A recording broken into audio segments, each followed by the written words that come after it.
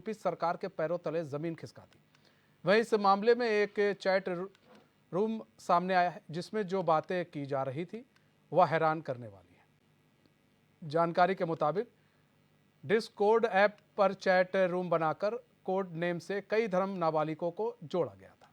वहीं Discord app पर आरोपी शहनवाज ने क्लैप्स नाम से अपनी आईडी बनाई थी। इसी आईडी से वह बच्चों का ब्रेन वॉश किया करता था। इस ऐप पर की जाने वाली चैट का खुलासा हुआ है कि किस तरह से शहनवाज हिंदू बच्चों को बरगलाता था। डिस्कॉर्ड ऐप पर शहनवाज की अच्छी रैंकिंग से आकर्षित होकर नाबालिग लड़के उससे ऐप पर चैट करते थे ताकि वो भी अपनी रैंकिंग अच्छी कर सके। जांच में ये बात सामने आई है कि शातिर बच्चों का धर्म परिवर्तन कराने के लिए 2 स्टेप्स अपनाते थे। वहीं यूपी में लव जिहाद के मामले भी काफ़ी निकलकर सामने आए। अब बात कर लें अगर हम उत्तराखंड की, तो उत्तराखंड के उत्तरकाशी जिले के पुरोला में नाबालिग लड़की को भगाने का मामला शांत होने का नाम नहीं ले रहा है। क्षेत्र में विवाद बढ़ता ही जा रहा है। नाबालिग लड़की को भगाने का मामला सामने आने के बाद स्थानीय लोगों में समुदाय विशेष और बाहरी व्यापारियों के खिलाफ काफ़ी गुस्सा है।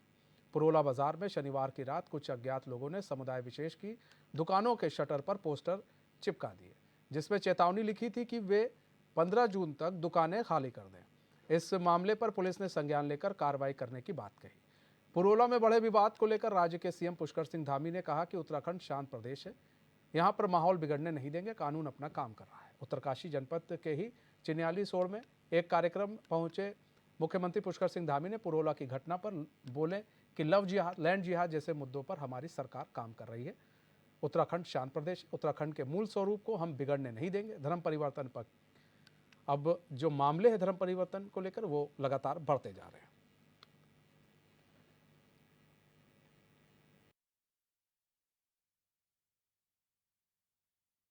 देखिए, उत्तराखंड देवभूमि है और देवभूमि के अंदर इस प्रकार के कोई भी काम बिल्कुल भी किसी भी कीमत पर स्वीकार नहीं किए जाएंगे और कानून व्यवस्था की स्थिति किसी को भी अपने हाथ में लेने की कोई भी जो है परमिशन किसी को नहीं होगी। आप सबको है परिणाम मेरा, मैं आप सबका 400 वाली बात है कि अब उत्तराखंड हो, यूपी हो, फिलहाल अलग अलग देशों से अब लव जिहाद के मामले निकलकर सामने आ रहे हैं। लेकिन अब सवाल ये उठ रहा है कि ये मामले इतने बढ़ क्यों रहे हैं। लगातार जिस तरह से उत्तराखंड में मामले बढ़े हैं और खासकर उत्तरकाशी की बात कर लें, उस साइड हो, देहरादून की बात कर लें, तो कहीं ना कहीं लव जिहाद के मामले बढ़ रहे हैं। यहाँ पर एक नई चीज़ देखने को मिली, लैंड जिहाद भी उत्तराखंड में देखने को मिली, उसको लेकर भी बुलडोज़र धामी सरकार का चल रहा है। वहीं उत्तर प्रदेश की बात करें तो देखिए अब नए नए तरीके से बरगलाने की कोशिश की जा रही है यहाँ पर। और ये जो लोग हैं ये इतने एक्टिव हो चुके हैं कि बच्चों तक कैसे पहुँचा जाए। अब यहाँ तो सवाल ये उठने लगा है कि अब बच्चों को अगर माँ बाप अपना मोबाइल दे रहे हैं उनको, तो ये बड़ा सावधान रहें कि मोबाइल में बच्चे आखिर कर क्या रहे हैं, किस ओर जा रहे हैं, किस दिशा की ओर वो काम कर रहे हैं। ये देखना भी अब माँ बाप की बड़ी जिम्मेदारी बन गई है। लड़कियां हैं तो लड़कियां क्या कर रही हैं। देखिए अभी कुछ एक मध्य प्रदेश से भी खबर आई थी सामने कि एक लड़का और एक लड़की जा रहे थे। लड़का हिंदू था, लड़की मुस्लिम थी। तो एक मुस्लिम युवक ने रोक लिया उसे और तमाम तरह की बातें कहने लगा लड़की को, और वहाँ पर लड़की बता रही है कि ये मेरा दोस्त है और बाकी कुछ नहीं है। तो देखिए यहाँ पर अब समझ बहुत सारी चीज़ें को हम आपको क्लियर करें। लव जिहाद जो है, लव जिहाद को क्लियर करना बहुत ज़रूरी है क्योंकि लव जिहाद को लेकर जो चीज़ें निकल कर सामने आ रही हैं उसे हमें समझना चाहिए। लव जिहाद किसको कहा जा रहा है? बार बार लव जिहाद इसको कहा जा रहा है जिसमें झूठ बोलकर शादी की जा रही है, जिसमें अपने धर्म को छिपाकर शादी की जा रही है, या शादी करने के बाद बताया जा रहा है धर्म, उसके बाद लड़की का धर्म परिवर्तन कराने की कोशिश की जा रही है। ऐसे भी मामले सामने आए हैं जिसमें शादी होने के बाद लड़की का धर्म परिवर्तन कराने की कोशिश की जा रही है। ऐसे भी मामले सामने आए हैं। तो ऐसे में इसको नाम दिया गया है लव जिहाद का। अब यहाँ पर यह भी समझना ज़रूरी है कि आप अब नाबालिग बच्चे जो हैं उन्हें इस ओर कैसे ढकेला जाए। आपने देखा कि कैसे जैन समाज के एक बच्चे को गाजियाबाद में गेम ऐप के ज़रिए उसका धर्म परिवर्तन कराया गया। पिता को पता चला कि बच्चा जो है एक दिन में 5 टाइम जिम जा रहा है। पिता के भी पैरों तले ज़मीन खिसक गई कि भाई आदमी जाता है, एक टाइम जिम जाता है, चलो ज़्यादा हो गया, बड़ा जिम से उसे रिस्पांस मिल रहा है तो 2 टाइम चला गया। ऐसे फिलहाल ऐसा केस आता नहीं है कि दो टाइम कोई जिम जा रहा है, लेकिन वो लड़का जाने लगा, 5 टाइम जिम जाने लगा। पिता ने पीछा किया तो देखा तो कुछ और ही चीज़ है। तो यहाँ पर उसके बाद जब चीज़ें जब खुलने लगी तो धीरे धीरे जब चीज़ें खुली तो काफ़ी बड़े स्तर पर काम चल रहा था। मतलब पुलिस और यूपी सरकार भी सख्ते में आ गई कि कैसे गेम ऐप के जरिए गेम खिलाकर बच्चों का धर्म परिवर्तन कराया जा रहा है। उत्तर प्रदेश में बात कर लें लव जिहाद की, ये तो धर्म परिवर्तन, फिर लव जिहाद के द्वारा भी धर्म परिवर्तन कराने की कोशिश की जा रही है। आपने देखा अभी उत्तराखंड में एक आपको बताया, देखिए उत्तराखंड में जहां पर ये पूरा मामला चल रहा है, उत्तरकाशी की बात कर लें तो उत्तरकाशी में पहले इतने जो मुस्लिम थे, मुस्लिम समुदाय के जो लोग थे वो ना के बराबर थे। वहाँ पर एक समुदाय की हम बात कर लें तो ना के बराबर थे, लेकिन पिछले कुछ सालों में वहाँ पर चीज़ें जो है बड़ी हैं और वहाँ पर अगर दुकानों की बात करें तो 50 से 60 दुकानें एक समुदाय की हो गई लगातार, फिर वहाँ पर चीज़ें बढ़ रही हैं। अब ऐसे में वहाँ पर एक पोस्टर भी चस्पा कर दिया गया कि भाई आप 15 जून तक आप चीज़ों को देख लें, वरना बाकी हम लोग चीज़ों को देखेंगे। आप सबको है परिणाम मेरा, मैं आप सबका 432 लोग पीपल मंडी में रहते हैं, चलाते हैं, तो उनके सामने विलुप्त हो जाते। क्यों? क्योंकि वो अपनी बड़ा तो यूपी और उत्तराखंड में लव जिहाद के मामले बढ़े हैं। ये आप जो तस्वीर देख रहे हैं, ये देखिए, ये उत्तर प्रदेश की, इससे पहले आपने जो तस्वीर देखी यूपी की है। तो आज हम दोनों को लेकर इसलिए चल रहे हैं क्योंकि यूपी और उत्तराखंड में खासकर देवभूमि मानी जाती है। ऐसे में जो सीएम धामी है उन्होंने भी कहा है कि भाई देवभूमि को हम किसी भी तरह से बर्बाद होने नहीं देंगे।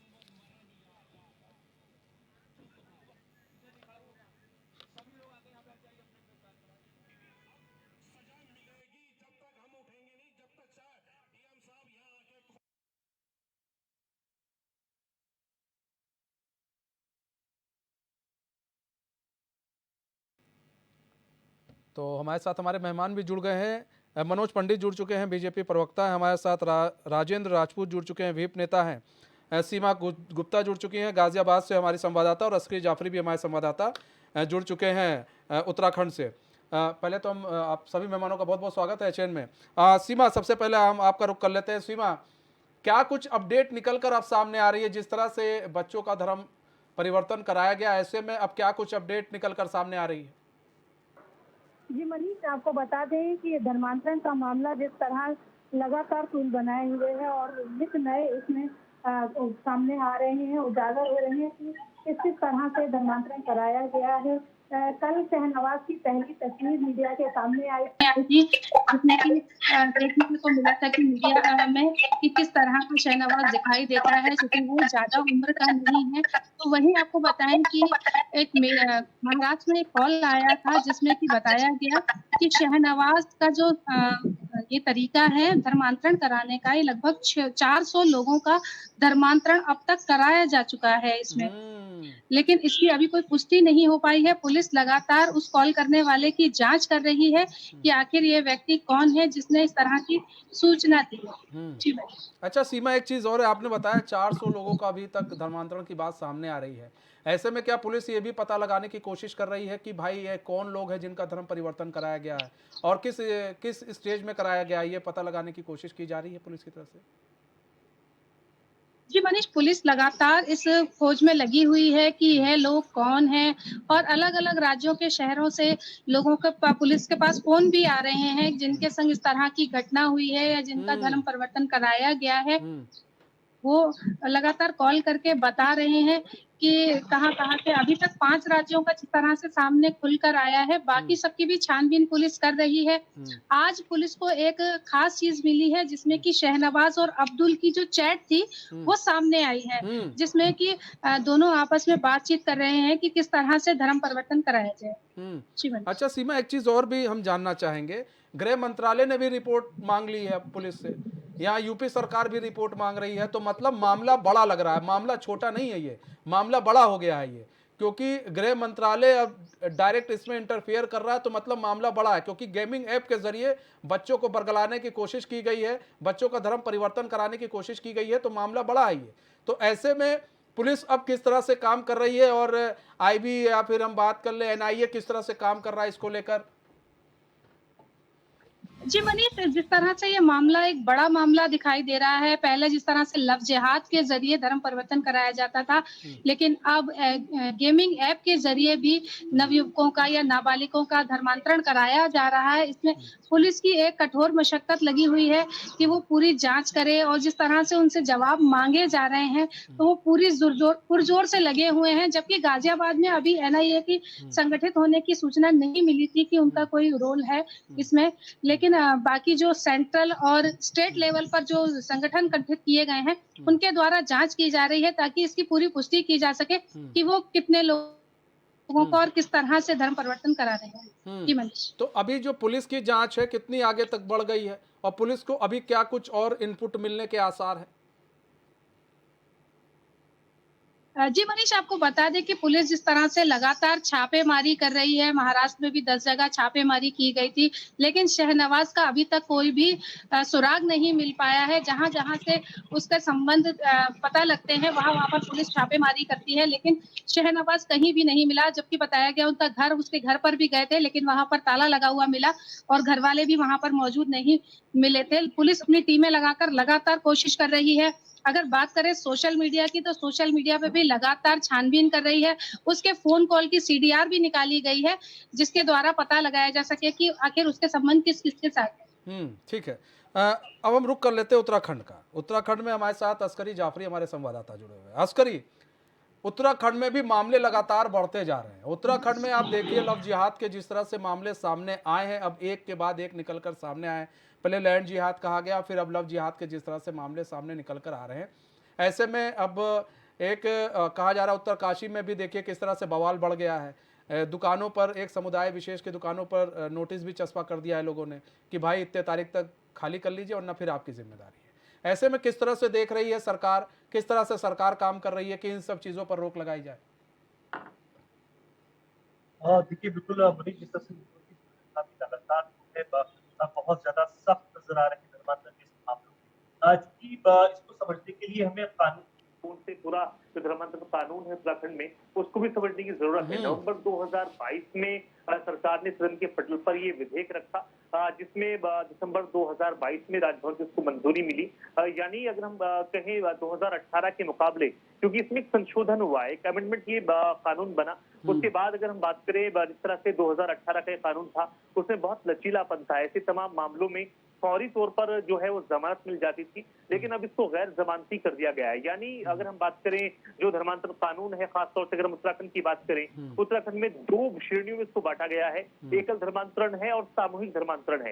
एकल धर्मांतरण में 25,000 का जुर्माना है, इसके साथ साथ 2 से 7 साल की सजा का प्रावधान है। सामूहिक धर्मांतरण में 10 साल की सजा का प्रावधान है, इसके अलावा 50,000 का जुर्माना भी है। तो आप समझ सकते हैं कितना सख्त जो है कानून धामी सरकार लेकर आई है। लेकिन कहीं ना कहीं अगर हम बात करें, चूंकि तमाम मामले सामने आ रहे हैं, जिस तरह से डॉक्टर वी मुरुगेशन ने भी हाल ही में तमाम जो मीडिया प्रतिनिधियों से बातचीत भी की थी, 13 से 14 मामले जो है वो नए सामने आए उत्तराखंड में। तो आप समझ सकते हैं कानून लागू होने के बाद भी तमाम जो ऐसे लोग हैं जो धर्मांतरण कराते हैं, उनके ऊपर कोई प्रभावी जो कार्रवाई है वो देखने को नहीं मिल रही है। हालांकि तमाम शोर शराबा उत्तराखंड के अलग अलग इलाकों में हो रहा है, चाहे हम विकासनगर की बात करें, हरिद्वार की बात करें, उत्तरकाशी के प्रोला की बात करें, तमाम इस तरह की बातें सामने आ रही हैं। लेकिन इसमें अगर हम बात करें, कानून व्यवस्था के लिए पूरी जिम्मेदार मानी जा सकती है। जब प्रदेश में जो प्रदेश के हाई कमान है, उसने कानून जो है कानून को हरी झंडी दी, एक तरह से कानून को पास करने के लिए काफी मशक्कत लगी है,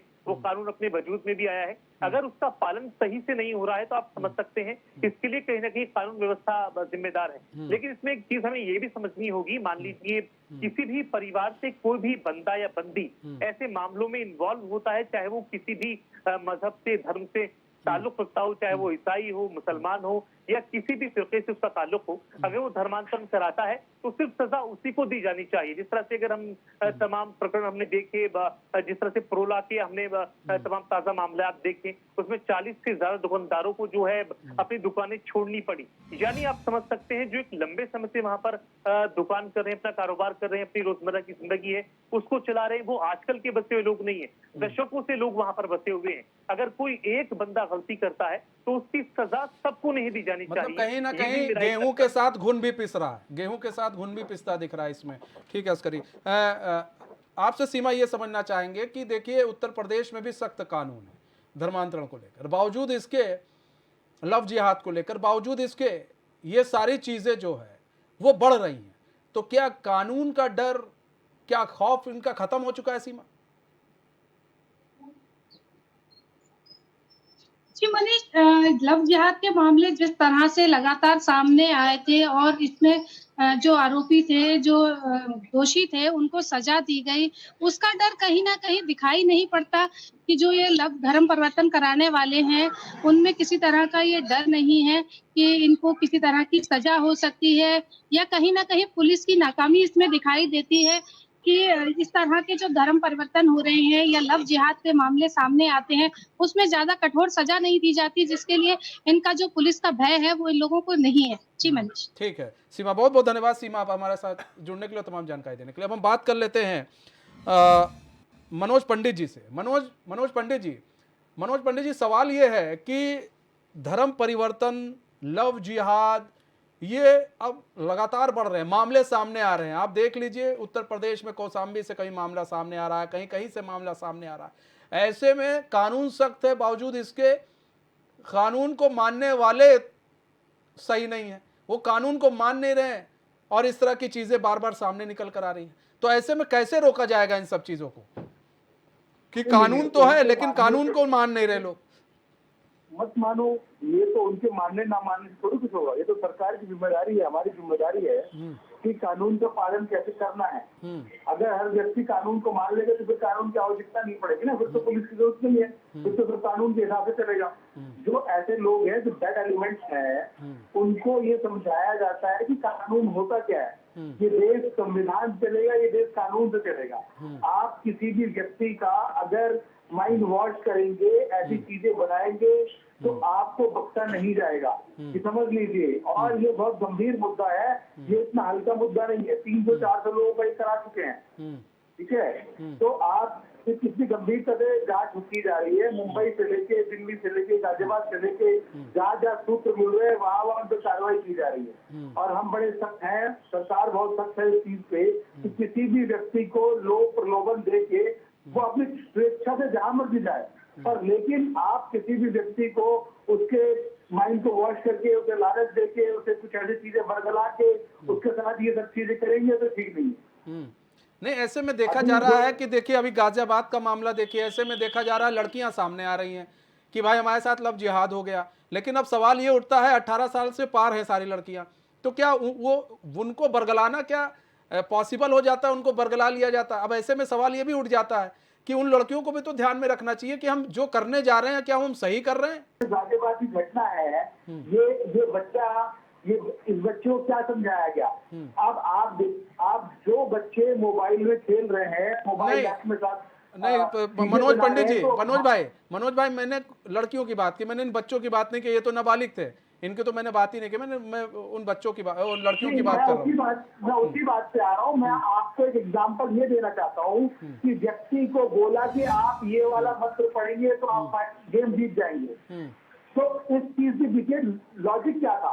लॉजिक ये था कि उसको ये बता दिया गया, उसके दिमाग में ये बात घुसा दी गई कि आप ऐसा करेंगे तो आपके साथ ये हो जाएगा। वही हाल बच्चियों का भी। ठीक है मनोज भाई, रोकना चाहेंगे आपको। राम स्वरूप आचार्य भी जुड़ चुके हैं हमारे साथ। स्वामी जी, स्वागत है चरण में आपका। जी मनोज जी, अपनी बात पूरी करें। धन्यवाद। मनोज जी, अपनी बात पूरी करें। हाँ, तो मेरा मानना ये है कि देखिए, अगर आप किसी भी बच्चे को लालच देके ये बता दे कि आप ये गेम खेल रहे हैं और आप में अगर ये मंत्र पढ़ेंगे तो आप जीत जाएंगे, और वो जिता भी देते हैं उसको, तो कहीं ना कहीं बच्चे के दिमाग में एक चीज आ जाती है कि ये जो पढ़ रहा हूं मैं, ये बहुत शक्तिशाली है और इसको करने से मैं गेम जीत गया, तो मेरी लाइफ में जो मैं आगे करूंगा वो भी इससे करने से हो जाएगा। तो वो उस तरफ अग्रसर हो जाता है, वो आगे बढ़ जाता है। वही बात बच्चियों के साथ भी है। एक ऐसा माहौल बनाया जाता है, एक ऐसी सिचुएशन क्रिएट की जाती है, उनके दिमाग के साथ एक पूरा गेम खेला जाता है, और जब वो फंस जाते हैं उसमें, तब उनके पास कोई रास्ता बचता नहीं है कि वो जाए कहाँ। तो ये एक बहुत बड़ा गैग है, ये पूरे हिंदुस्तान में चल रहा है। कहीं ना कहीं सरकार को इसके विषय में काम करना बहुत आवश्यक है और सरकार काम भी कर रही है। ठीक है अस्करी, सवाल ये है अस्करी कि देखिए उत्तराखंड में बड़ा सख्त कानून है, अभी आपने बताया, हमने भी देखा था सख्त कानून है, सरकार इस सख्त कानून को लेकर जगह जगह बोलती भी है, लेकिन क्या इस सख्त कानून के बावजूद लोग डरे हैं, लोगों के मन में डर है?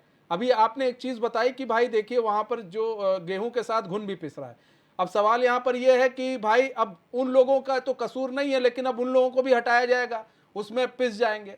तो ऐसे में क्या ऐसी कोई व्यवस्था की जाए, सरकार की तरफ से क्या व्यवस्था की जा रही? क्योंकि सरकार की तरफ से तो साफ साफ कह दिया गया भैया ऐसे हम छोड़ेंगे नहीं, क्योंकि कानून व्यवस्था के साथ कोई खिलवाड़ नहीं होगा, और जो उत्तराखंड जिसके लिए जाना जाता है उत्तराखंड अब उसी के लिए जाना जाएगा। देखिए मनीष, अगर हम बात करें धर्मांतरण की, तो इसमें तमाम जो आम लोग हैं जो जिनको बरगलाया जाता है, चाहे नाबालिग हो या उनको ज्ञान ना हो धर्मांतरण का, ऐसे में तमाम मामले सामने आते हैं। इसमें अगर हम बात करें, क्योंकि स्वेच्छा से धर्मांतरण का ऑप्शन भी जो है दिया गया है सरकार की तरफ से, कानूनन भी ये पूरा सही है। इसमें जो है डीएम को 1 महीने पहले आपको जो है अवगत कराना होगा। अगर आप वाकई किसी भी धर्म में जाना चाहते हैं अपनी इच्छा से, तो आप जा सकते हैं। तो यहाँ पर हमें धर्मांतरण और अपनी मर्जी से धर्मांतरण कराने, दोनों ये जो मुद्दे हैं उनको समझना होगा। लेकिन जहां तक बात है एक सख्त कानून बना प्रदेश में, उसके बाद भी तमाम जो लोग हैं उन पर कोई असर नहीं देखने को मिल रहा है। इसके पीछे सबसे बड़ी जो कानून व्यवस्था है प्रदेश की, वो जिम्मेदार है। जब इतना सख्त कानून प्रदेश सरकार लेकर आई है, सरकार में इतना सख्त कानून लागू किया है, उसके बाद कोई प्रभावी कार्रवाई अभी तक देखने को नहीं मिली है। तमाम ऐसे मामले हैं जिनमें फौरी तौर से कार्रवाई नहीं हुई है, लेट लतीफियां उनमें हुई, क्योंकि एक लंबा प्रोसेस होता है। जब तक आप छानबीन करेंगे तब तक जो शातिर जो लगातार जो है धर्मांतरण करा रहा है वो पुलिस की गिरफ्त से दूर हो जाता है। कई बार ऐसे देखा जाता है। तो आप समझ सकते हैं जो भी लोग, चाहे वो नाबालिग हो, चाहे वो आम इंसान हो, या उनको धर्मों के बारे में ज्यादा जानकारी ना हो, तो जो भी लोग उनके बरगलाने से ये सब कर रहे हैं, तो उनको भी समझना होगा व्हाट्सएप के जरिए, ईमेल के जरिए, सोशल मीडिया के जरिए उनको सचेत रहना होगा कि किस तरह से कोई उनको कोई प्रलोभन तो नहीं दे रहा है, लालच तो नहीं दे रहा है, किसी तरह का कोई तोहफे का लालच तो नहीं है, पैसों का लालच तो नहीं है। अगर कोई भी किसी भी आम आदमी से इस तरह की कोई डिमांड रखता है या कोई जो है पेशकश रखता है पैसों की, तो आप समझ जाइए वो आदमी गलत है। चाहे वो किसी भी समुदाय से अपने आप को बता रहा है, चाहे वो मुस्लिम हो, ईसाई हो, हिंदू हो, सिख हो, किसी भी मजहब से अगर वो है, अगर वो किसी भी मजहब में आपको ले जाने की बात कर रहा है, और अगर वो आपको साथ में किसी भी प्रलोभन की बात करता है, तोहफे की बात करता है, गिफ्ट देने की बात करता है, जमीन जायदाद देने की बात करता है, तो आपको फौरन पहले ही जो है उसकी पहली ही बात में अंदाजा लगा लेना चाहिए कि आदमी गलत है, और फौरी तौर पर जो है पुलिस को उसकी सूचना देनी चाहिए। कई मामले इस तरह के सामने हैं, कई इलाकों से, विकासनगर, हरिद्वार, पुरोला, उत्तरकाशी, कई तरह के मामले हमारे सामने हैं जो नजीर बने हैं प्रदेश में।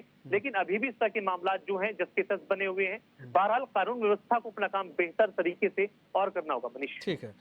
राजेंद्र राजपूत जी, देखिए सवाल ये है राजेंद्र भाई कि अगर हम बात करें उत्तराखंड की, तो उत्तराखंड में मामले बढ़ रहे हैं लव जिहाद के, लगातार कुछ ना कुछ मामला सामने निकल कर आ रहा है। ऐसे में कई लोग वैसे भी अब इसमें पिस जा रहे हैं। अब देखिए, अब उत्तरकाशी में देखिए, अब उनको सभी लोगों को दुकान खाली करने के लिए बोल दिया गया है। तो ऐसे में व्यवस्था तो सरकार को बनानी है, प्रशासन को बनाना है। जो सही जा रहे हैं उनकी क्या गलती है? सवाल तो ये भी तो है। देखिए, कानून बना है, कानून का इनको कोई भी डर नहीं है। अब तो धर्म को बचाने के लिए कुछ सनातियों को आगे आना पड़ेगा, जिनको डंडा भी गर्म करना पड़ेगा और जागरूकता करनी पड़ेगी। ऐसा कुछ नहीं है कि ये आज की प्लानिंग है कि एक व्यक्ति को उठाया, उसको हमने धर्मांतरण उसका करा दिया, उसकी हमने शादी करा दी, उसको अपने धर्म में ले आए। ये एक प्री प्लानिंग होता है। सवाल इस बात का है कि जो धर्मांतरण करने वाला व्यक्ति है उसको फंडिंग कहाँ से हो रही है, कहाँ से पैसा इतना मिल रहा है उसको जो 400 लोगों का धर्मांतरण करा रहा है। ये भी तो सोचने वाली बात है। ये तो एक हमारे भारत देश पे, हमारे सनातन धर्म पे चौतरफा वार है। उधर हमको इस्लामिक वाले परेशान करते हैं, वो इस्लाम कहता है कि इस्लाम बहुत अच्छा है, इसमें आप धर्म में आइएगा। आपको कहीं ना कहीं मैं अपने धर्म के लोगों को, अपने सनातियों को भी कहीं ना कहीं इसमें दोषी मानता हूँ। और एक बात मैं कहता हूँ कि जिस प्रकार से वो मोबाइल पे उनको बताया गया कि आप इसमें इस वाले गेम को कीजिए, इस गेम को करने से आपको अल्लाह आपका साथ देगा, उनका ब्रांड जो माइंड वॉश जो करते हैं वो लोग स्पेशल ट्रेनर हैं, वो ऐसा नहीं है कि कोई एक आदमी उठा करके खड़ा कर दिया आपने, वो आपको सिखा रहा है, वो ट्रेनर है, उनको ट्रेनिंग दी जाती है कि आपने ऐसे करना है। नहीं, हमारे पास एक खबर भी सूत्रों के हवाले से आई थी कि बच्चे ने विश की कि हमको पैसा मिल जाए, हाँ, तो उसके अकाउंट में पैसा डाल दिया गया। वो मिलता है। तो लेकिन मेरा मानना ये है भाई साहब कि हम यदि अपने घर के अंदर हम अपने गार्जियंस जो होते हैं, हमारे पिताजी हैं, हमारी माता जी हैं, हमारे दादाजी हैं, जो हमारे ताऊ चाचे हैं, यदि हम अपने धर्म की चर्चा करें कि हमारा ईश्वर हमारा श्री राम या हमारा जो धर्म है वो शक्तिशाली है, उसके बराबर हम लोग अगर प्रतिदिन आधा घंटा चर्चा करें, हनुमान चालीसा की ताकत को बताएं या दुर्गा चालीसा की ताकत को बताएं, तो जब प्रतिदिन उसको अपने घर में करेंगे तो शायद में हमारा बच्चा घर से बाहर को निकल करके इस्लामिक धर्म के को बड़ा नहीं मानेगा। अब ये हम कहने लगे कि उसने आज ही उसका धर्म परिवर्तन करा दिया, कैसा, ऐसा नहीं है। ये एक बड़ी प्लानिंग है, इतने लोगों का धर्म परिवर्तन कराने के लिए कहाँ से फंडिंग होती है, ये तो हमारे धर्म को, हमारे देश को, हमारे राष्ट्र को कमज़ोर कराने की बहुत बड़ी साजिश है। ये साजिश के तहत हम लोगों को कन्वर्जन किया जा रहा है। और ये आज की बात तो नहीं कि आज ही कन्वर्जन हो गया है, ये वर्षों से चला आ रहा है, आज कानून बन गया है। आप देख लीजिए कि इतना सख्त कानून बनने के बाद भी एक व्यक्ति को डर नहीं है कि मेरे को ये सज़ा होगी, हो जाएगी। तो हम यदि तैयार होते हैं, हम सक्षम होते हैं, हम रण में आ जाने की व्यवस्था करते हैं और अपना डंडा मजबूत करते हैं। हम जितने भी धर्म के रक्षक हैं, मैं ये नहीं कहता हूं कि विश्व हिंदू परिषद ही आए, धर्म के रक्षकों को आना पड़ेगा और इस बारे में चर्चा करनी पड़ेगी। एक हमारे को बना करके, यूनिटी बना करके जाना पड़ेगा क्षेत्र के अंदर। इस बात की जानकारी होनी चाहिए हम लोगों को, हम क्या कर रहे हैं, हमें आना पड़ेगा। सरकार अपना काम कर रही है, सरकार में कोई कमी नहीं है, कानून बना दिया गया है, प्रशासन भी ठीक है, लेकिन कहीं ना कहीं हम लोग भी तो दोषी हैं। हम घर बैठे हुए हैं, हमारी बच्ची कहाँ जा रही है हमें पता ही नहीं है। इसमें शिक्षा का भी बहुत बड़ा असर देखने को मिल रहा है। रामस्वरूप आचार्य जी, देखिए महाराज की बच्चों को जो बरगलाया जा रहा है, अब देखिए जो लोग बरगला रहे हैं ये एक एक्टिव है, जो कुछ लोग हैं ये एक्टिव हैं, ये समाज में अच्छा काम नहीं कर रहे हैं, बरगला कर ये लोग दूसरे धर्मों में अपने कर रहे हैं। अब यहाँ पर गलती क्या है कि जो हिंदू बच्चे हैं उन्हें सनातन की जानकारी नहीं है।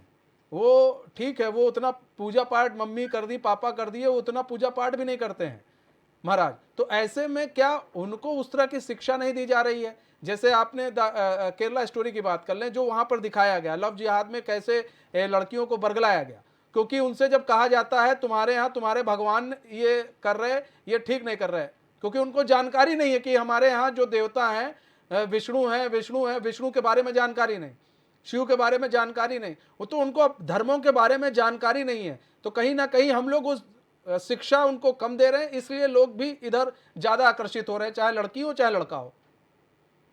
आचार्य जी देखिए मनीष जी, हिंदू समाज की जहाँ तक बात करें तो वो अपने धर्म की शिक्षा व्यवस्थित रूप से दे रहा है। बच्चों को आज बहुत मात्रा में कथाएं, सत्संग, यज्ञ इत्यादि हो रहे हैं और वो दे रहे हैं, लेकिन हम इस तरह की शिक्षा नहीं देते कि किसी को लालच में फंसा करके किसी का धर्म बदलवाना। ये शिक्षा तो वो देते हैं जो बहुत शातिर है, जो चालाक, मक्कार, धोखेबाज है, वो लोग इस तरह की शिक्षा देते हैं कि दूसरों को भी कन्वर्ट करना है, तलवार के दम पर कर लो।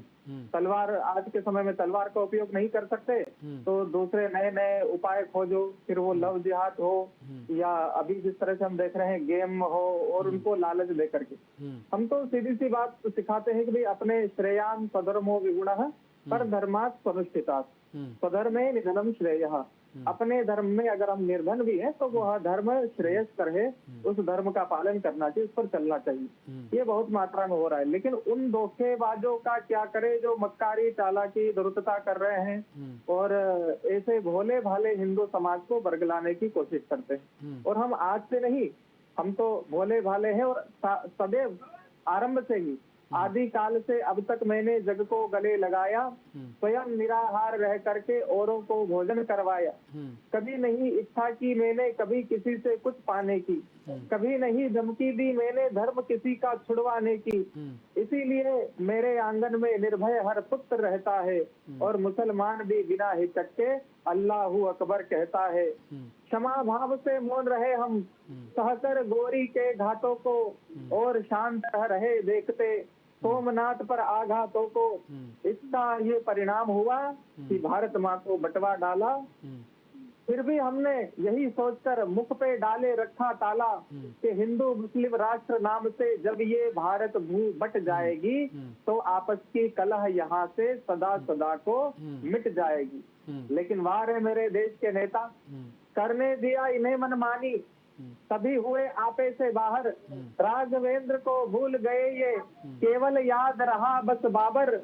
रोम रोम में रमे राम की, जन्म धरा पर नित रहते हैं। फिर भी ये दुष्ट राघव के मंदिर को बाबर की मस्जिद कहते हैं।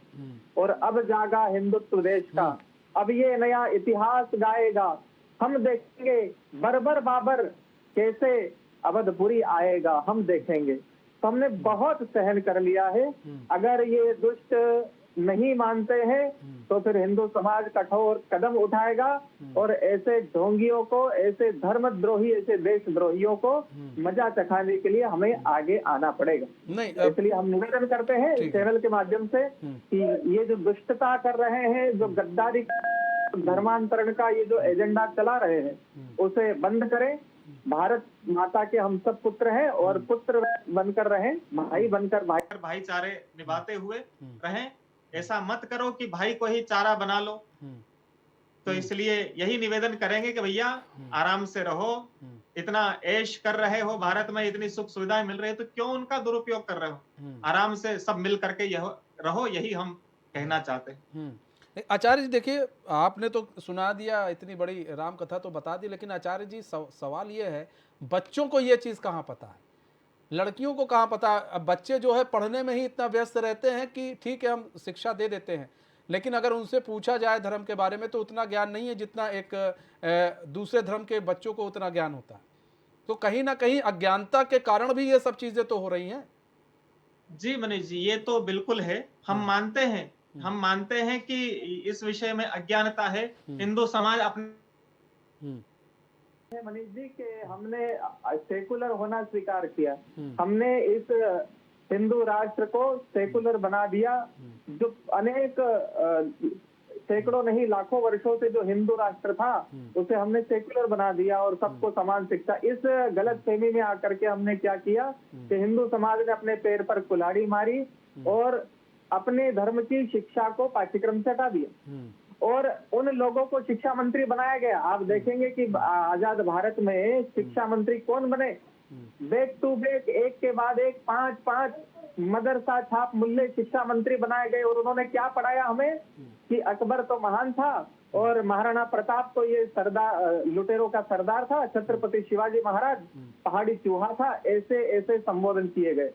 ये उन मक्कारों की ऐसी मक्कारी देखिए कि हमने ये स्वीकार किया तो हमारे महापुरुषों तक को दूर कर दिया, उनको पाठ्यक्रम से हटा दिया गया और हिंदू समाज का जो धर्म ग्रंथ थे वो उनसे दूर हो गए। तो उसी कारण ये परिस्थिति बनी है कि हिंदू समाज, छोटे छोटे बच्चे अपने धर्म की चीजों को नहीं जानते हैं।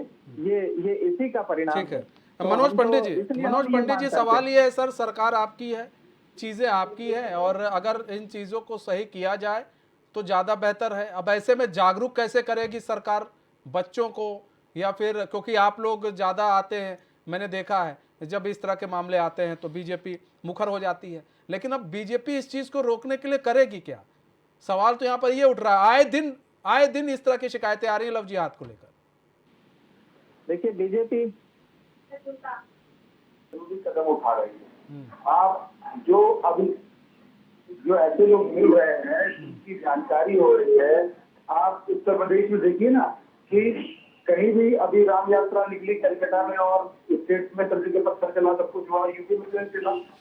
कहीं ना कहीं जो प्रशासक है, जो सरकार है, सरकार की जिम्मेदारी बनती है कि हमारी जिम्मेदारी बनती है कि हमें अपने आने वाली पीढ़ी को क्या ज्ञान देना है, क्या धर्म के बारे में पढ़ाना है, क्या देवी देवताओं के बारे में पढ़ाना है। ये बात हम कह के छूट नहीं सकते कि हमारे बच्चों को ज्ञान नहीं है, उनके बच्चों को ज्ञान है। अगर ज्ञान नहीं है तो क्यों नहीं है, ये जिम्मेदारी हमारी है या हमारे पड़ोसी की है कि हमारे बच्चों को ज्ञान कौन देगा? ज्ञान देंगे हम, ज्ञान देगी सरकार, खर्ची होगी सरकार। तो जो ऐसे लोग हैं, जो ऐसे काम कर रहे हैं, उनको बिल्कुल नहीं बख्शा जाएगा। जहां से फंडिंग आ रही है, जहां से चीजें आ रही हैं, वो सब स्टॉप करके सबको जहां तक पहुंच सकेंगे वहां तक की पूरी चेन उठा के जेल में डाली जाएगी, पूरी कार्रवाई की जाएगी और ऐसी ऐसी सजा दी जाएगी, ऐसी नसीहत दी जाएगी कि ताकि आगे वाला सिस्टम भी ये काम करने से पहले 4 बार सोचे कि हम ये जो कर रहे हैं गलत काम है, इसे नहीं करना चाहिए। मनोज आप भाई, अपनी गाजियाबाद जिम्मेदारी का करें। आपने प्रकरण देखा, गाजियाबाद का, जी ठीक है, गाजियाबाद का प्रकरण देखा। अगर पिता ना पीछे गया होता लड़के का तो आप लोग को पता हवा तक ना लगती, और कितने बच्चों का धर्म परिवर्तन हो गया था। 400 लोगों का वैसे भी बताया जा रहा हो चुका है। मनीष भाई देखिए, ये तो जो पीड़ित है वही तो बताएगा कि ये हो रहा है मेरे साथ। अगर एक चीज एक कड़ी हाथ में आएगी उसके बाद ही तो आप आगे चलाओगे। जब तक कड़ी आपके हाथ में नहीं आएगी तो सिस्टम क्या है? आप ये देखिए, इंटेलिजेंस लगी है, चीजें लगी हैं, हम सारी वेबसाइट, चाइना के हमने 265 ऐप बंद कर दिए हिंदुस्तान में, और बहुत सारी चीजें हैं जो बिल्कुल बैन कर दी गई। जाकिर नाइक की जितनी वीडियो चलती थी सारी की सारी उठा के बंद कर दी गई। तो स्थिति ये है कि सरकार के संज्ञान में जो मामला आता है सरकार गंभीरता से उस पर काम करती है, सरकार इनको सपोर्ट नहीं देती। पर मामला आए तो कार्रवाई हो, जब तक मामला नहीं आएगा। गाजियाबाद का मामला आया, आप ये देखिए, यहाँ से लेके मुंबई से लेके जहां तक भी जो कड़ियां मिली सारी कड़ियों को छाना जा रहा है, सारी कड़ियों पे काम किया जा रहा है। मनोज भाई, जाकिर नायर का नाम बार बार सामने आ रहा है, आपने भी लिया और इसमें भी आया था गाजियाबाद मामले में भी। अब सवाल ये है कि सरकार की, आप भी कहते हैं कि भाई देखिए सरकार की विदेशों में हनक है, मोदी मोदी हो रहा है हर जगह, तो ऐसे जाकिर नायक जैसे लोगों को पकड़ा क्यों नहीं जा रहा है? क्या सरकार उनको पकड़कर अपने देश लाके यहाँ पर सजा नहीं दे सकती है? आपके देखिए, हिंदुस्तान में तो बैन करते हैं, हिंदुस्तान में तो है नहीं जाकिर नायक। जाकिर नायक मलेशिया में बैठा हुआ है। अब कोई भी व्यक्ति नहीं तो मलेशिया, विदेशी की बात कर रहे हैं। मैंने तो कब कहा कि भारत की बात, मैं भी विदेशी की बात कर रहा हूँ। विदेश में अच्छी पकड़ है बीजेपी की, नरेंद्र मोदी को लोग मान रहे हैं, झुककर सलाम कर रहे हैं, तो ऐसे में इतनी इज्जत होने के बाद मलेशिया में जाकिर नायर हिंदू समाज को गाली देता है, तमाम तरह की बातें करता है वो हिंदू देवी देवताओं को, उस पर रोक नहीं लग पा रही है। तो सर सवाल उठ रहे हैं फिर कि ऐसे व्यक्ति कैसे मलेशिया में बैठकर हिंदू देवी देवताओं के बारे में, हिंदू समाज के बारे में लोगों को बरगला रहा है और बोल रहा है। नहीं, वो बात मैं मनीष जी आपको ठीक कह रहे हैं कि ये सब क्यों हो रहा है। अब चूंकि मामला हिंदुस्तान से बाहर का है, मामला इंटरनेशनल प्लेटफॉर्म पर बोलने का होता है, जहाँ पर हिंदुस्तान में अगर ऐसी कार्रवाई होती है तो फिर तुरंत कार्रवाई की जा सकती है। अब क्योंकि मामला फॉरेन का होता है तो ये रेड कॉर्नर नोटिस और चीजें और उसका कानून अलग हो जाता है, उसकी चीजें अलग हो जाती हैं, तो उसमें थोड़ा समय लगता है। पर जो गाजियाबाद में है वो गाजियाबाद में, उत्तर प्रदेश में, हिंदुस्तान में, वहां पर कार्रवाई करना अभी आसान है और वहां पर कार्रवाई होगी। हम कहते हैं कि जिन पैदों के ऊपर, जिन मोहरों के ऊपर आप काम कर रहे हो, जब वो जमीन से हट जाएंगे तो आप कैसे काम करेंगे? भाई ये जाकिर नाइक की चेन है जो चली आ रही है, अगर वो चेन टूट जाएगी तो कैसे काम करेगा? कमर तोड़ने का काम तो यहीं से होगा ना। किसी भी पार्टी के कार्यकर्ता, उसकी वैल्यू होती है। सर अगर कोई पोलिंग बूथ पे खड़ा होगा मनीष भाई, तभी तो वोट डलवाएगा। मनोज भाई, दाऊद इब्राहिम के गुर्गे आज भी काम करते हैं, क्योंकि दाऊद इब्राहिम को आप लोग पकड़ नहीं पाए, पाकिस्तान में बैठा है, इसलिए गुर्गे काम करते हैं उसके, इसलिए ना, क्योंकि जब तक उसके आप लोग जड़ को नहीं पकड़ेंगे तब तक यही होगा। जाकिर नायर की वीडियो तब तक आती रहेगी जब तक जाकिर नायर को पकड़कर ठूस नहीं दिया जाता यहाँ पर हिंदुस्तान की जेलों में, या तो ठीक है। अब यहाँ पर यह है कि अब हम, ठीक है, इंटरनेशनल मामला होता है, वो बड़ी सारी चीजें हैं, लेकिन इंटरनेशनली अगर हम मजबूत हुए हैं तो आप ये बताइए, क्या हमारे देश में किसी भी धर्म को गाली दी जाती है? नहीं दी जाती है। हम लोग हर धर्म को साथ में लेकर चलते हैं। हमारे देश में कभी आपने देखा है कि किसी भी धर्म को गाली देते कोई पाया जाता है? और वो भी बृहद मात्रा में लोग वहां इकट्ठा हो रहे हैं और कोई गाली दे रहा है? नहीं देता है, क्योंकि हमारे यहाँ छूट नहीं है। चाहे वो क्रिश्चियन हो, चाहे मुस्लिम हो, चाहे हिंदू हो। अब लोग कमरे में बैठकर कुछ भी कर रहे हैं, वो तो एक अलग बात है, लेकिन बड़े स्तर पर, लेकिन जाकिर नायर जैसे लोग बड़े स्तर पर काम कर रहे हैं। ठीक है, अब यहां पर सवाल यह है कि सरकार ऐसे लोगों को, हमारे यहाँ तो बैन है, ऐसे लोगों की गिरफ्तारी के लिए क्या कुछ कदम उठा रही है? सवाल तो ये है। हम बार बार, ठीक है, हम बोल देंगे कि नहीं होगा, लेकिन होगा तब तक जब तक ऐसे नस्ल के लोग पकड़े नहीं जाएंगे, तब तक होगा। यहाँ पर मनीष जी, आप किसी भी व्यक्ति को अपने घर में आने से रोक सकते हैं ना, हम हिंदुस्तान में रोक सकते हैं ना। हिंदुस्तान के बाहर आप अपील कर सकते हैं, आप दूसरी सरकार से निवेदन कर सकते हैं, आप किसी भी सरकार को ऑर्डर नहीं दे सकते, आप किसी भी सरकार के साथ ये नहीं कह सकते कि नहीं तो उठा जेल में डाल दीजिए। आपको प्रूफ चाहिए, सबूत चाहिए और बहुत सारी चीजें चाहिए होती है, इंटरनेशनल कानून के हिसाब से चाहिए होता है आपको। आप जानते हैं कि मलेशिया में 65% 70% लोग मुस्लिम रहते हैं। भाई साहब रुकिए एक मिनट, मनोज पंडित जी मैं बता दूं आपको, आप एक बार किसी दूसरे धर्म के लोगों के यहाँ पर बैठ के इतने बड़े स्तर पर आप अभी कुछ कहिए तो अभी देखिए आपको अभी दूसरे धर्म के जो है ना विदेशी लोग, वो लोग आके तुरंत ही टोकने लगेंगे, तुरंत ही आप लोगों के खिलाफ पता नहीं क्या क्या बातें होने लगेंगी, मीटिंग होने लगेंगी। लेकिन हमारे यहाँ कौन सी मीटिंग हो रही है जरा बताइए ना। कश्मीर को लेकर, कश्मीर के मुद्दे को आप लीजिए, कश्मीर का मुद्दा ले लें, एक धर्म कहा जा रहा है, एक धर्म विशेष पर वहां पर बड़ा अत्याचार हो रहा है। इसको लेकर जो मुस्लिम देश हैं वो क्या कर रहे हैं, वो आके इसी तरह तो बयानबाजी कर रहे हैं। लेकिन हमारे यहाँ क्या किया जा रहा है, हमारे यहाँ कुछ नहीं किया जा रहा। फॉरेन ठीक है, फॉरेन मिनिस्ट्री अच्छा काम कर रही है, लेकिन कुछ मामलों में उससे संवेदनशील होना पड़ेगा, ये भी जरूरी है मनोज भाई। बिल्कुल होना पड़ेगा मनीष जी, मैं आपकी बात से सहमत हूँ और सरकार काम कर रही है, जो भी उचित कदम है सब उठाए जा रहे हैं। और आप ये देखिए कि जल्दी से जल्दी बहुत सारे लोगों की अरेस्टिंग भी होने वाली है, ये पूरा का पूरा नेक्सस जो है खत्म कर दिया जाएगा हिंदुस्तान में। ठीक है राजेंद्र राजपूत जी, देखिए बात यह है कि अब इतना बड़ा नेक्सस चल रहा है, ठीक है, धर्मों को लेकर। कई धर्म ऐसे हैं जो अब आके, अभी बहराइच में भी एक चर्च में कई लोग पहुंच गए थे, वहां पर हिंदू देवी देवताओं के को गाली दी जा रही थी, अभद्र शब्द किए कहे जा रहे थे, उनके खिलाफ भी हुआ। तो ऐसे में राजेंद्र जी किस तरह से देख रहे हैं आप? देखिए भाई साहब, मेरा तो मानना ये है कि हमने किसी भी व्यक्ति को, मेरा मानना है कि किसी भी बुराई को जड़ से खत्म करना है। कश्मीर हमारा कभी भाई जी हमारा बहुसंख्यक हिंदू वहाँ रहता था, आज वहाँ अल्पसंख्यक है। कारण क्या है? ये धर्मांतरण होता रहा, हम लोग बैठे रहे, कानून बना दिया हम लोगों ने, एक को पकड़ लिया, उसके बाद कुछ किया ही नहीं है। देहरादून के अंदर अपनी हमने स्कूल पकड़ा भी एक 2 महीने पहले, जहाँ पे तुरंत शिक्षा दी जा रही थी, उनको टोपी लगा के बुलवाया गया। जब होली का समय रहा तो उनको बच्चों को बोला गया कि आप कलर रंग नहीं खेलेंगे। और जब वहाँ पर ईद आई, ईद के समय में उन बच्चों को बोला टोपी लगा करके आइए और कुर्ता पजामा पहनकर आइए। हम लोग वहाँ गए, हम लोगों ने वहाँ पे हंगामा किया, चर्चा की। वो क्या हुआ, वो वहीं का वहीं खत्म हो गया। कोई सरकार की ओर से उसके कार्य नहीं किया गया, कोई रोक नहीं गई। आखिर वहाँ ये तो पता करते कि ये जो स्कूल चला रहा है, ये जो कहाँ से हो रही है, किसने कराया इसको, कौन करा रहा है।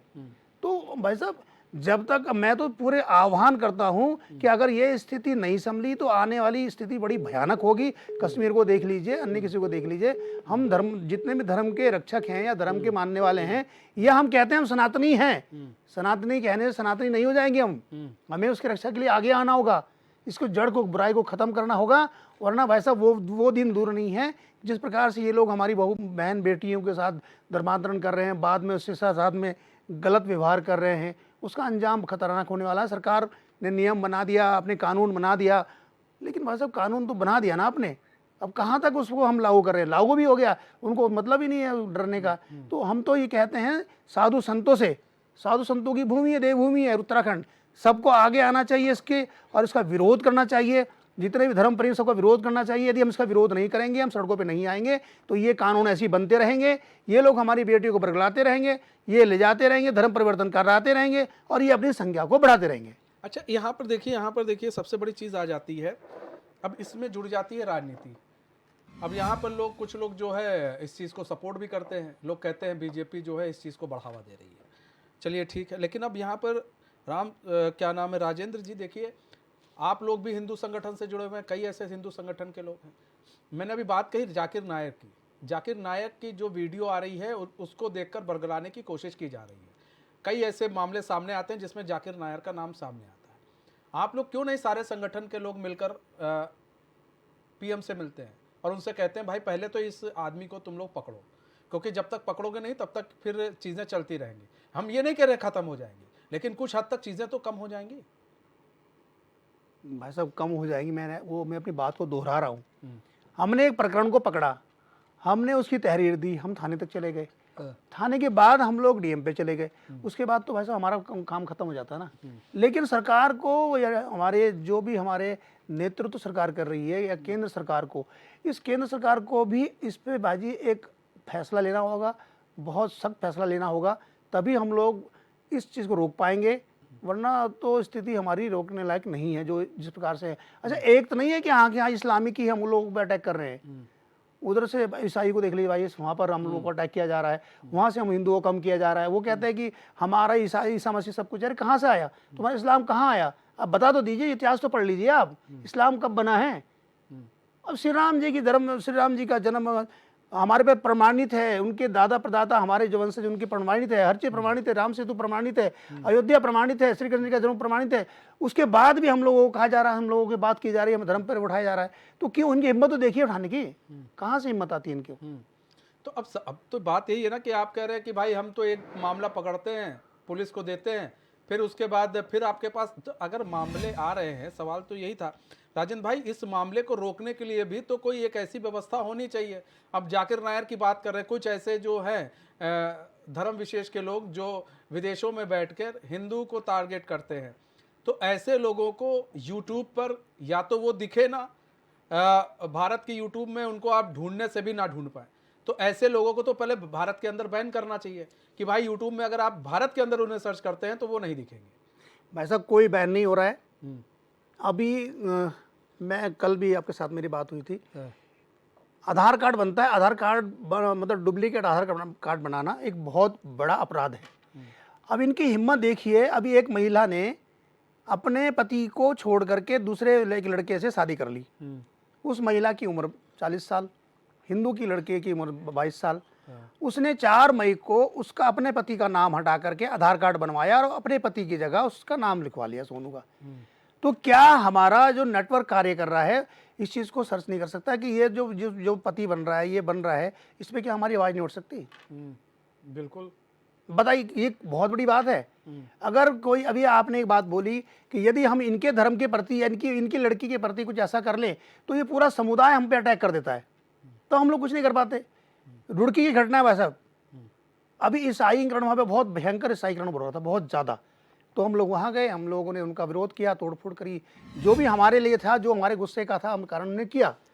तो भाई जी उन मुकदमे हो गए, 250 लोगों के मुकदमे हो गए, उन मुकदमे को हम लोग झेल रहे हैं। तो मैं इस बारे में आग्रह करता हूँ और विनम्र आग्रह करता हूँ सरकार से और विश्व हिंदू परिषद के आपके चैनल के द्वारा आग्रह करता हूँ कि ऐसी कोई भी घटना घटे तो उसको बिल्कुल बारीकी से उसकी जड़ तक जा करके उसकी जानकारी लें और उनको प्रताड़ित करें, उनको दंडित करें, तब तो हम कर पाएंगे। खाली जांच करा दिए, पेपर वर्क पूरा हो गया है, उसके बाद आप भी भूल गए, हम भी भूल गए, फिर दूसरी घटना हो गई है। ऋषिकेश की घटना को ले लीजिए आप, गाजियाबाद की घटना को ले लीजिए आप, 2 महीने बाद 3 महीने बाद उसको भूल जाते हैं हम लोग।